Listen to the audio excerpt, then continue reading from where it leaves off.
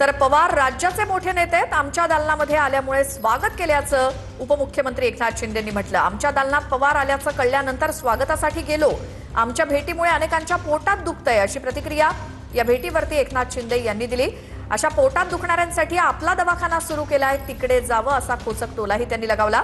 शरद पवारांच्या भेटीवरनं एकनाथ शिंदे यांनी संजय राऊतांना टोला लगावला। आमचे प्रतिनिधी गिरीश गायकवाड आपल्या सोबत आहेत। गिरीश, या भेटीनंतर ज्या काही टीका किंवा वक्तव्य प्रतिक्रिया येऊ लागल्या यावरती शिंदेंनी काय प्रतिक्रिया दिली, काय याबद्दल माहिती?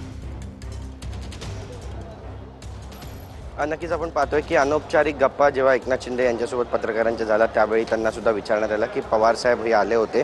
यावर त्यांनी उत्तर दिलंय की राजकीय संस्कृती जपण्यासाठी आम्ही भेट घेतली आणि शरद पवार हे राज्याचे वरिष्ठ नेते आहेत, त्यामुळे त्यांचा मान सन्मान करण्यासाठी आम्ही तिथे गेलो होतो। मात्र जर याने कुणाला त्रास होत असेल, कुणाला मानसिक त्रास होत असेल किंवा मग राजकीय त्रास होत असेल तर ठाण्यामध्ये, मुंबईमध्ये अनेक ठिकाणी आपला दवाखाना सुद्धा आम्ही उघडलेला आहे। त्या ठिकाणी त्यांनी जावं, स्वतःचं आरोग्य, स्वतःचं स्वास्थ्य तपासून घ्यावा, उपचार करून घ्यावा, अशा पद्धतीचा एक जो खोचक सल्ला आहे तो सुद्धा एकनाथ शिंदे यांनी या ठिकाणी दिलेला आहे। आणि राजकारणामध्ये सध्या कद्रूपणा वाढलेला, अशांकडे आम्ही दुर्लक्ष करतो असं देखील म्हणायला ते विसरले नाही आहे। त्यामुळे एक प्रकारे संजय राऊत यांच्यावरती त्यांनी टीका केली असं म्हटलं तर गैर ठरणार नाही।